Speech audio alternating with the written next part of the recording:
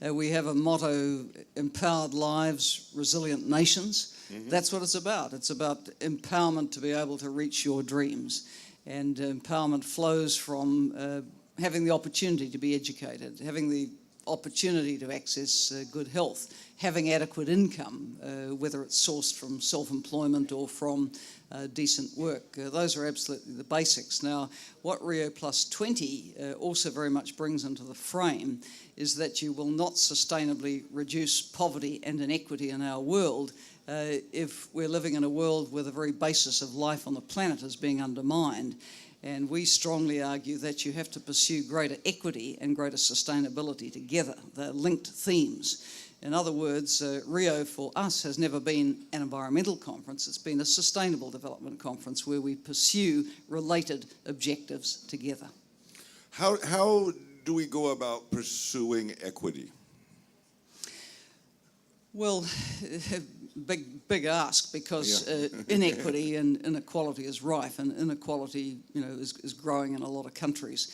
So you need policies that directly target the inequality and the poverty together. If you have growing inequality, the chances of being able to reduce poverty are less anyway. So what we look at is supporting the design of a lot of the now very well-known social protection schemes, whether it's Brazil Sem Miseria, Brazil without poverty, whether it's India's Mahatma Gandhi National Rural Employment Guarantee Scheme, which guarantees eligible rural poor a minimum 100 days work a year at a minimum wage, guarantees women's participation, works on conservation-related programs.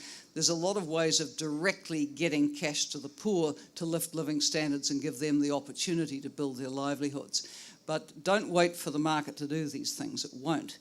Markets can be helpful, but they don't deliver social justice or equity. That is a matter of deliberate public policy, prioritising addressing the needs of poor people and saying we're going to eradicate extreme poverty, we're going to eradicate hunger.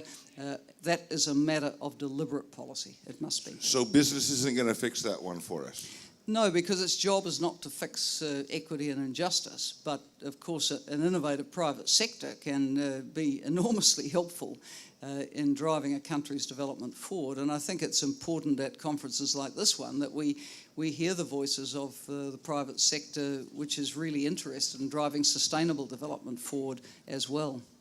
We frequently hear the argument here in Brazil from that we need much more development and much more economic growth, and we cannot afford the luxury of being concerned about the environment.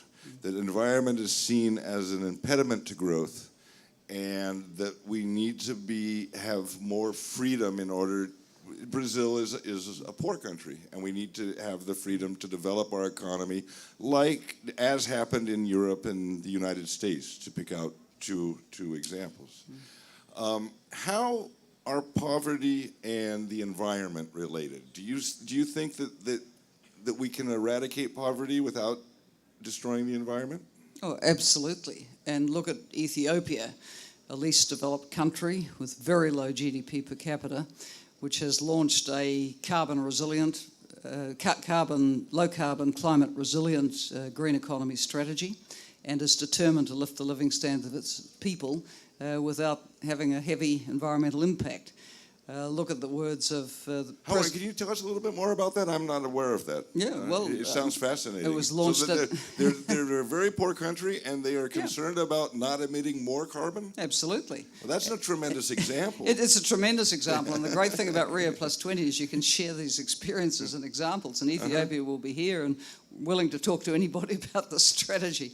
UNDP is acting as the manager of the trust fund, which is collecting donor contributions for this, but the strategy was launched at the Durban Climate Conference last year, and it's extremely exciting and really, really visionary leadership, in my opinion.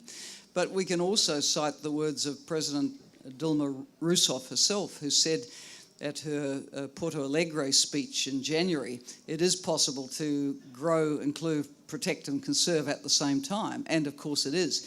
So at UNDP we advocate what we call a triple win approach to policy.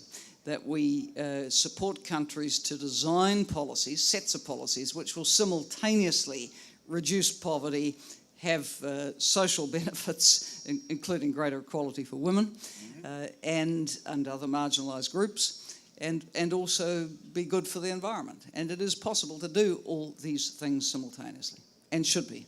Okay. This is an interesting question. I'm not sure that you're precisely the right person to ask it to, but here we go. From Nate Wilkie. Scientists are historically bad communicators. What can science and academics do to fix this? Do you work with scientists? Well, not directly, but you know, I agree that sometimes academics, and I was one earlier in my career, and scientists and researchers can talk in their own language and jargon and code, and you have to decode that.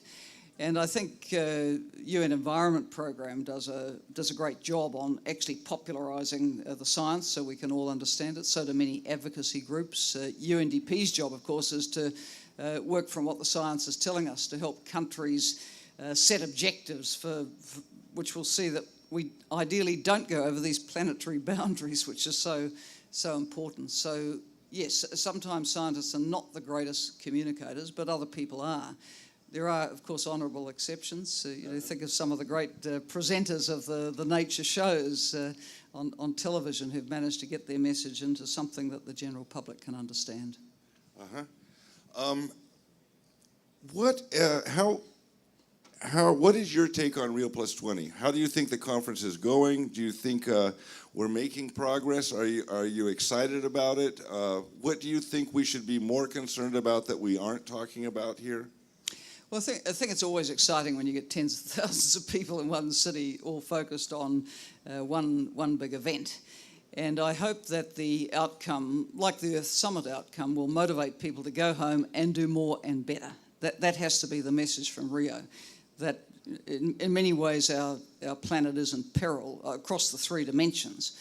Look at the world economy being dragged down by events we're all familiar with. Look at the social unrest and discontent from people who are excluded from economic opportunity, excluded from being able to participate in the political life, social life of their country. And look at what's happening to the environment around us. So these things have to be tackled, and they have to be tackled as part of an integrated set of policies which seeks to build a better world. If that's the message everyone goes home with from Rio and says, let's find our national pathway to dealing with this, that would be a very positive outcome. Let me ask you another question. What is, how is it different running a development organization, the development organization for the United Nations, and the role of Prime Minister? Do you do the same sorts of things? What do you do differently? What lessons have you taken from your role as Prime Minister to the development agency? Well, both are leadership jobs, and funnily enough, you do pretty much the same sorts of things. You make a lot of speeches, you attend a lot of events, you have a lot of high-level meetings, you have a lot of committee work, you have paperwork that can consume you 24/7. And the fact that I was the leader of my country for 9 years also gives me a lot of access to other leaders, a lot of people I know over a lifetime in public life, and a lifetime actually of moving in international circles. As a young party member in New Zealand, I was linked with people in other social democratic parties. These friendships go back, you know, close to 40 years.